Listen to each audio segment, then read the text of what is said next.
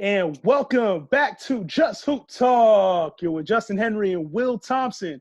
We are going over the top five shooting guards. What's up, man? How you doing, man? Man, just staying safe, staying healthy. And trying to washing your hands, keeping healthy, man. Let's go over these shooting guards, man. We've already done the centers, we've done the power forwards, we've done the small forwards. And here, I think these last two with shooting guards and point guards is where it gets really interesting, man, because there's such a load of talent there. And the last couple formats we've done, I think you've named your five or I've named my five, and then we've compiled them. But for these ones specifically, let's go through line by line. Let's start from the bottom and work our way up to the top and see what these lists look like. All right, so speaking of shooting guards, man, shooting guards is a position, most of the time it's a scorer. Sometimes it's a defender. Sometimes it's a dead-eye shooter. Sometimes it's a slasher. Who do you got at number 5 to kick it off? At number 5, man. So the shooting guard, it's a position that's getting – I think there's a lot of newer kind of great players coming to this position. If you look back in history, there weren't a ton of, shooting guards, right? Yeah. We were talking about back in the day, the big men did a bulk of the scoring, and the shooting guards were just shooters, like Steve Kerr's of the world and that type of stuff. So now that position is kind of being, it's more important, but I want to take it back to some older players, not super old, but a guy who I feel like doesn't get a lot of respect. Yeah. But I really like his career, and that's Clyde Drexler, man. Ooh, the Glide. The Clyde Drexler. I think his career, obviously lined up at the wrong time with Jordan, so he had a hard time winning championships, but he played on a lot of great teams. Yeah. Obviously, he was part of the Dream Team, which is an all-time great team, a guy who got buckets. So I'll be honest, I had him and James Harden kind of neck and neck for that fifth spot. But I took the all-time great over James Harden. I think over time, James Harden will probably move in front of him. But that's why I went for number 5, man. Man, we over here spilling the beans because I love Clyde's game, man. I'm gonna get to him in a minute, but my number 5 is James Harden. Yeah.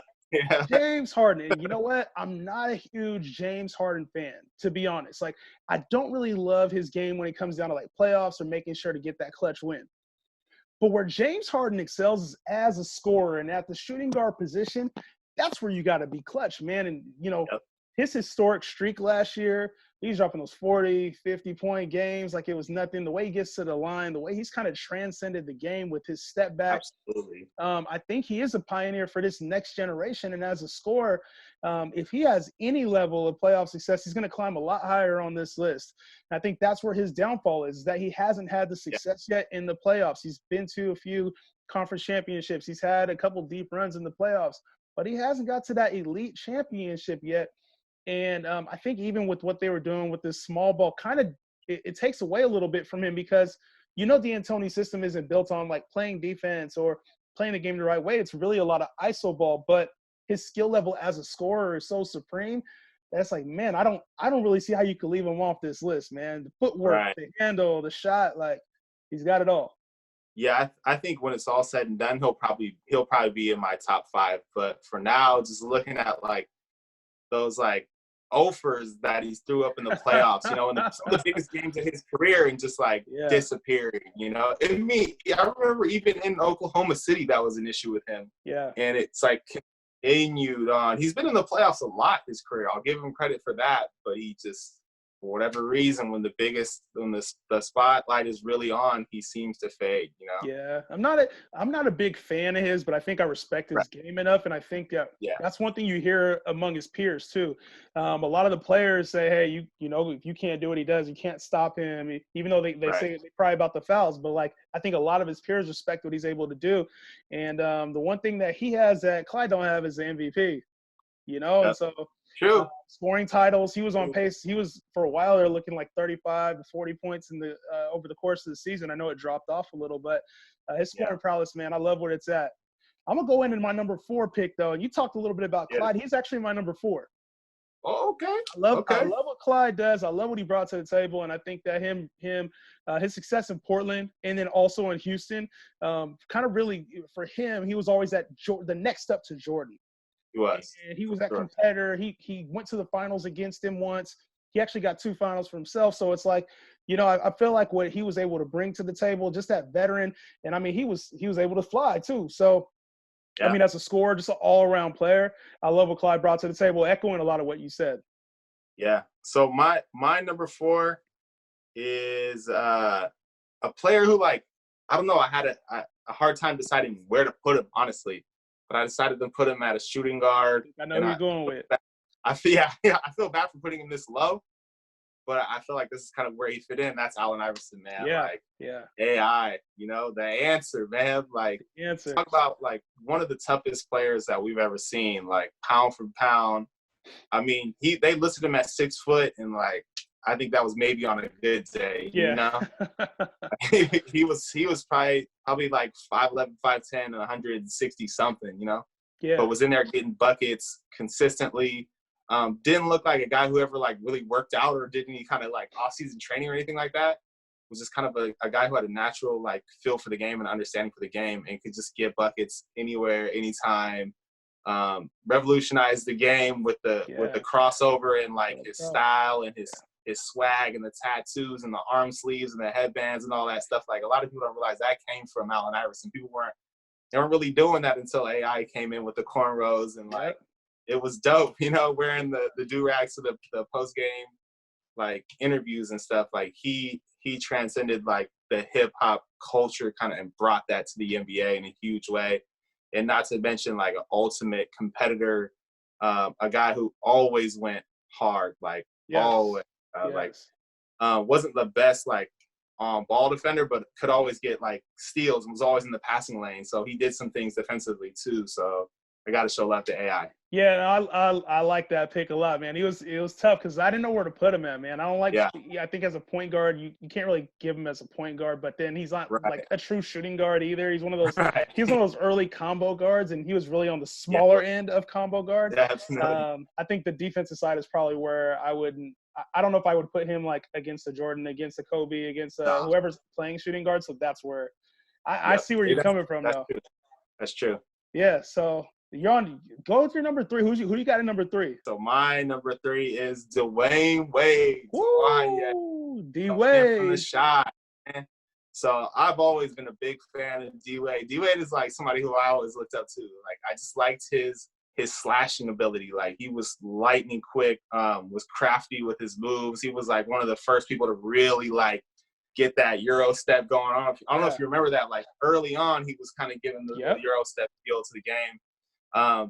He really, I think, he kind of tapered off a little bit in the middle of his career with some injuries and stuff. But early on, I think we saw what he really was. Like, he was the type of guy who could put a team on his back. Yeah. Like, obviously, the Heat had Shaq at the time, but Shaq was kind of like, he wasn't really Shaq, and, like, D-Wade really put that Heat team on his shoulders. And he was a young cat at the time, too, and took him to a championship. So, like, looking at this, just kind of his entire career and all his accomplishments with the Olympics, the NBA championships, like multiple NBA championships, being a great defender as well. Like, I had to put D-Wade up there, man. Yeah. No, D-Wade is my number 3 as well. And I love what D-Wade brings to the table, man. D-Wade is a player that I think you're right. Early on his career was his prime. And the reason for that is he was an older player coming out. Came out of Marquette. He was the older of, like, that LeBron, Carmelo, Bosh era. But he had already played in college for a few years. And he was, like, I think he was like 22 or 23 when he came out. So he was super old in comparison to his peers. And so when you look at D-Wade, he was a lot more polished. He went on that deep playoff run really early in his career. He didn't have that same learning curve. I mean, even at Marquette, he was balling. And you can see the progression in his career, I love what he did. He took over Miami. He brought in another superstar and still owned that as his town. He had a year where he should have won MVP, or I think he did win MVP, one of the two. But he had a dominant year. And you start to look at those clutch shots. I think that's where he takes that next level over some of the other guys. Is just his ability to step up in clutch situations is really made. And he was such a good defender too for a shooting guard. I want to say he's one of the top league leaders in blocks at shooting guard position for a few years there. And so he had a knack for making like the weird play, the alley-oop over the shoulder. I mean, not the alley-oop, but like the layups over the shoulder while getting fouled and ones. Poster dunks. Love D Wade, man. Yeah. So we're down to the final two for both of us, number 1 and number 2. And I'm gonna shock the world, man. MJ, number 2. Oh, MJ, number 2, man. And I had a feeling. Yeah. MJ, number 2, man. And you know what? I love MJ, and I think that one thing that is, you know, his ability to be in the clutch and his shot, everything that his airness is. I'm gonna let you talk about his greatness, and I'm gonna tell you a couple reasons why I have him at number 2 instead. I think his prime, we didn't get to see him for an extended period of time. We lost a year and a half with Jordan. We also got to see some rule changes with Jordan with the bad boy era. They had to change the game to make it a little bit easier for him. That was also in a popularity era too, where they wanted the exposure to the NBA. That was when a lot of the favorable calls started coming in. So what I love about Jordan is that, you know, he was clutch and he made plays. He was the most athletic on the court at all periods of time. But where I think Jordan's value gets super, I think he's been put on this like pedestal is because of the shoes, because of a lot of the other stuff. And his team, you know, the 6 out of 6 rings, but he always had a really, really, really great supporting cast. He had another Hall of Famer in Scottie Pippen that he played the entire prime with. He had Dennis Rodman. He had dead-eye shooters like Steve Kerr, B.J. Armstrong, one of the top European players, and Tony Kukoc, the best coach of all time, and Phil Jackson. So his supporting cast in those 6 out of 6 rings, like that, to me, it devalues a little bit. It doesn't devalue 6 out of 6, don't get me wrong. But in comparison to my number 1, I think it devalues a little bit of what he did. Okay. So that's where I'm going with that. All right. So I'll go with my number 2. My number 2 is Kobe. Obviously, there's nothing really bad you can say about Kobe. I think Kobe had a time period where, I mean, I don't know. It's hard to say. You look at some of his, you know, his years with Shaq, like, I don't know if that, I think the same kind of situation where you're saying, like, Kobe has 3 championships that he won with Shaq, you know? So it's kind of like, you're looking at, like, that was one of the greatest teams I've ever seen, dude. Like, that team, like, you could put that team against any other team in the history of the NBA. Like, I don't know how you beat those two. Like, a young Kobe in his athletic prime, for sure, and then a Shaq who was absolutely unguardable, you know? Yeah. So I think you look at 3 of Kobe's championships as like, well, yeah, no duh, bro. Like, but I think it was really impressive for him to come back in that second half of his career and take a kind of ragtag bunch of dudes to the championship and win a couple rings that way too. I think it was looking like Kobe was going to be forgotten. And when he was able to do that and take that group to multiple championships, that's when he elevated himself to, like, in this status of, like, now 1 and 2, 1, 2, 3, greatest of all time. Sure, dude. Yeah, man. You know, and obviously I know your number 1 is, and you know who my number 1 is, man. R.I.P. Rest in peace, Kobe Bryant, man. I'm a Laker fan. Kobe came up. He was our era for sure. I think the reason why I'm going to put Kobe Bryant at number 1 for my shooting guards is not because I feel like he won the most championships, but he was the most dynamic over a long period of time. He started his career at 17, high schooler coming out, and we got to see an early process. We saw a lot of air balls with Kobe Bryant. We saw a lot of misses and failures. And then we saw the championships. We saw the winning with Shaq, and we saw him elevate his game in a lot of those series. A lot of times that was the first time we got to see Kobe score 40 in multiple playoff games. And in finals, he was having some big games. I know against the Kings, he had like a 40 and 15 rebound game or whatever it was. But we got to see that type of elevation. And at that time, it was really just Kobe and Shaq. Yeah. It wasn't like he had a huge, great talent group around him. He had a lot of role players. Of course, Ori hit some big shots, but it wasn't like it wasn't a true team. It was Kobe and Shaq. And where I think Kobe's legacy starts to separate is those years after Shaq. We had the years after the alleged scandal in Colorado. We had the 37-point season with Kobe Bryant. We had an 81-point Kobe Bryant scoring game. We had more championships against a tough Celtics team that really, had three Hall of Famers at the same time playing that was considered unbeatable at the time, right? Yeah. We saw him elevate his game when the young guys came in, right? When the Dwyane Wade and the LeBrons came in. And we saw him even go out, change his whole game, go out with a 60-pointer at the age of whatever, with 35, 36 when he went out, man. So Kobe, to me, just the lifespan of his career and just the evolution. Jordan was great early on in his career, didn't have the accolades. Then he got the accolades in a very short period of time from 90 to 98. After that, he retired and he went to the Wizards. He was okay, but he wasn't the Jordan we were used to. Kobe, we didn't really see a drop-off until that last season. And even in his last season, we saw the magic. We saw what he could bring to the table. Yeah, that's true. Kobe, man. R.I.P. R.I.P., man. It's hard to really say anything bad about. Once you get to the top, it's hard to really say anything bad about any of these players. I saw something the other day. It said, like, Jordan had the greatest legacy. LeBron is, like, the most gifted of all time, and Kobe is, like, the greatest scorer of all time. It's hard to really, like, say anything bad about these guys, Yeah. But obviously, my number one is MJ, and I think a lot of it too is just like that feeling that I got watching him play, Like, I don't remember his first run, but I remember his second run. Yeah. And I remember that, like seeing things happen and just being like, yo, this dude is going to figure out a way to win, I'd never really seen anything like that. Like, I remember them being down in Utah and Karl Malone, a Hall of Famer, has the ball in his hands and is about to, like, put the Bulls away. And somehow he's not even guarding Karl Malone, and somehow he steals the ball from Karl Malone, takes it all the way down court, and scores to win the game. It's just like, bro, how does this stuff happen? And so, just like, I remember just being like, you knew it was coming. You knew it was coming. And every game, man. Everybody in the arena knew it was going to happen, and somehow he still did it. He stole the ball from Karl Malone, and, like, it was unreal, man. Like, so I think, like, I just looking at the legacy and kind of the progression of a career, like, I don't know if you could have really planned it any better, other than leaving for 2 years, It really just, like, you wonder what would have happened in those 2 years. And, like, but if you look at him coming in early, scoring all those points and, like, putting up crazy numbers in the game, kind of like him adjusting as the game changed, and then taking down, like, a lot of people forget, like, the Pistons have won 2 championships in a row. Like, they had three Hall of Famers on their team, plus Bill Laimbeer, who could potentially get in the Hall of Fame, like, eventually, Yeah.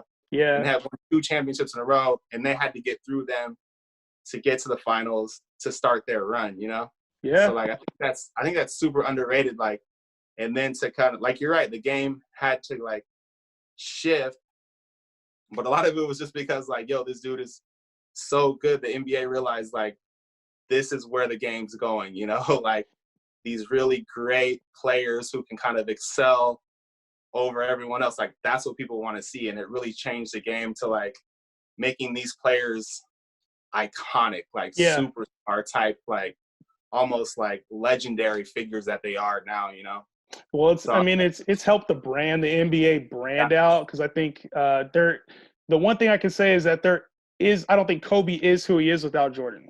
So I get in that sense, even not just on the court, but off the court too. I think Jordan set the precedent for athletes becoming bigger than even what they were previously. Like Dr. J obviously had his shoes, and Magic and Bird were who they were. But Jordan made it, like, almost even bigger than that. And then the endorsement deals and building your own brand, a lot of that stuff came about after Jordan. He paved the way for that and future. Now you see the kids now still respect what Jordan did too. And I think the thing on the court with Kobe is that I'm not sure that he was Jordan. Like, he was 6', same height, similar frame, but I think Jordan was probably more athletic, stronger. Just like, I think Kobe was the harder. And I'm scared to say this. I don't want to say harder worker, but I think that he was just more into the details of the game than Jordan was. And I'm probably discrediting Jordan a little bit in saying that, but where I think Kobe's, like, footwork was immaculate. I think he knew how to get whatever shot he wanted, and I think his 3 ball was a little bit better than Jordan's too. Like, Jordan was king in the mid-range, obviously, but, like, you see Kobe, he had the 3-point record for a while. He dropped 62 in 3 quarters. Like, just little things that Kobe did without, I don't think he had the athleticism that Jordan had. I think it was close, but it wasn't the same. And I think that's a great point. Like, you look at like the things that Jordan was doing, he was like doing it naturally. Like, no one else was doing it, he was doing it. You look at Kobe, was like kind of emulating Jordan, you know? So like him coming up, like you're right, he didn't have that like weird natural ability. Like, especially you saw him early in his career, he was just trying to find himself, you know? Yeah. It is like, there's a huge difference between the two of them. And like, Kobe was athletic, but he wasn't at that, like, I'm the best athlete in the league. No one else can fucking even come close to me. And Jordan, what kind of was for a majority of his career, like just more athletic than everybody else on the court, you know? Yeah. Kobe he never really had that, you know? He was just a harder worker, smarter player, you know? Yeah. Like, Jordan could dunk from the free throw line. I'm not sure that Kobe could dunk from the free throw. No, I don't think so. But Kobe made plays that you would think he had that athleticism, man. And I don't know, we could go on and on for hours, and I'm sure we could probably do an entire episode of MJ versus Kobe, but I don't think you can go wrong. I think it's more of a 1A, 1B, and it's preference. You know, what you saw, what you like in a player versus what you don't like, etc. So top 5 shooting guards, man. Always a good debate. Talking about Kobe, talking about MJ, man. Let us know. What are your thoughts? Who do you got number 1? You got Kobe number 1. You got MJ number 1. Is there somebody that we're missing? Like, I love Reggie Miller. We didn't even get to touch on him, man. Reggie Miller, Ray Allen, man. So let us know. You got anybody else in there? Be sure to subscribe, follow along. We are on YouTube. We're going to bring you a whole brand new platform here coming soon. Also, make sure to subscribe on the podcast channels, Apple Podcasts, whatever you're listening to, man. Stay tuned. Just Hoop Talk. We're out. Bam.